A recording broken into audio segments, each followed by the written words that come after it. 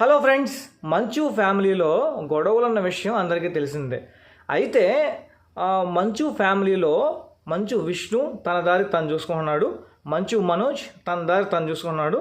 పాపం మా మంచు మోహన్ బాబు అయితే ఈ గొడవల కారణంగా కొంచెం లోబడి ఒక సైడ్ అయితే ఉన్నాడు. అయితే భైరవ సినిమాలో మంచు మనోజ్ నడుస్తున్న విషయం అందరికీ తెలిసిందే కదా. అయితే రీసెంట్గా ప్రీ రిలీజ్ ఈవెంట్ జరిగింది. ఆ ప్రీ రిలీజ్ ఈవెంట్లో మంచు మనోజ్ది ఏవీ వేయడం జరిగింది. ఆ ఏవీలో మంచు మనోజ్ వాళ్ళ తండ్రి గారైన మంచు మోహన్ బాబు గురించి కొన్ని సన్నివేశాలు అయితే వచ్చాయి కదా.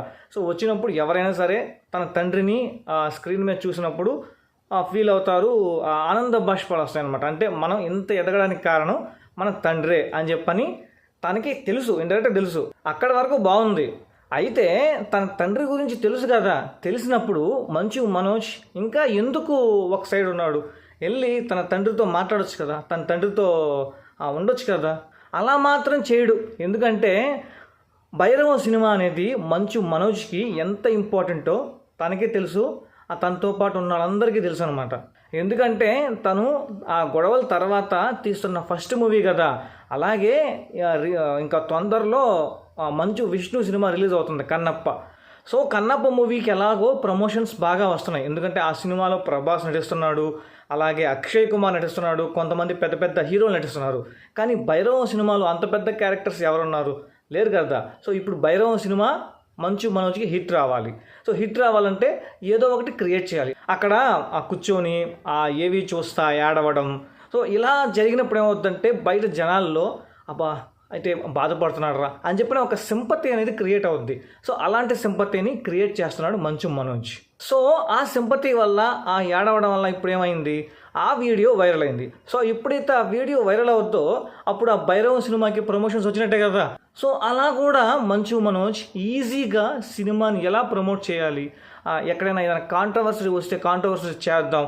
అలాగే ఈ సినిమా ప్రీ రిలీజ్ ఈవెంట్లో స్టేజ్ మీద మాట్లాడుతూ ఇంకోటి కూడా చెప్పాడు, నేను ఎప్పటికీ మోహన్ బాబు కొడుకునే అన్నాడు. సో మోహన్ బాబు కొడుకు అన్నప్పుడు ఎందుకు గొడవలు వేసుకోవడం. అలాగే ఇక్కడ ఇంకొక పాయింట్ ఏంటంటే శివయ్య అని ఒక పిలుపు అన్నాడు అనమాట. సో పిలుపు అన్నాడంటే అది డైరెక్ట్గా కన్నప్ప సినిమాని అన్నట్టే కదా.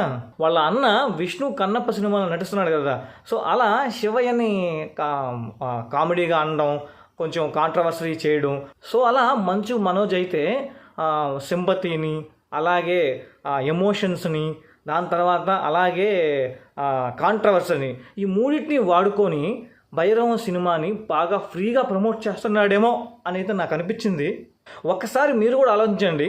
ఒక ప్రీ రిలీజ్ ఈవెంట్లో ఏవి చూడడం అంటే అలా కళ్ళనీళ్ళు పెట్టుకోవడం, వాళ్ళ ఫాదర్ని గుర్తు తెచ్చుకోవడం, వాళ్ళ అన్నని అంటే కామెడీగా అనడం, సో ఇలాంటివన్నీ కరెక్టా?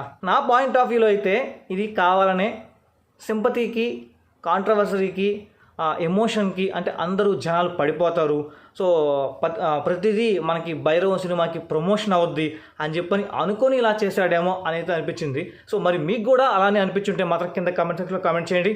ఇంతే ఫ్రెండ్స్ ఈ వీడియోలో. మరి నెక్స్ట్ వీడియోతో మీ ముందుకు మంచి కంటెంట్తో, మంచి ఇన్ఫర్మేషన్తో వచ్చేస్తాను. అంటే థ్యాంక్ యూ, బై బాయ్.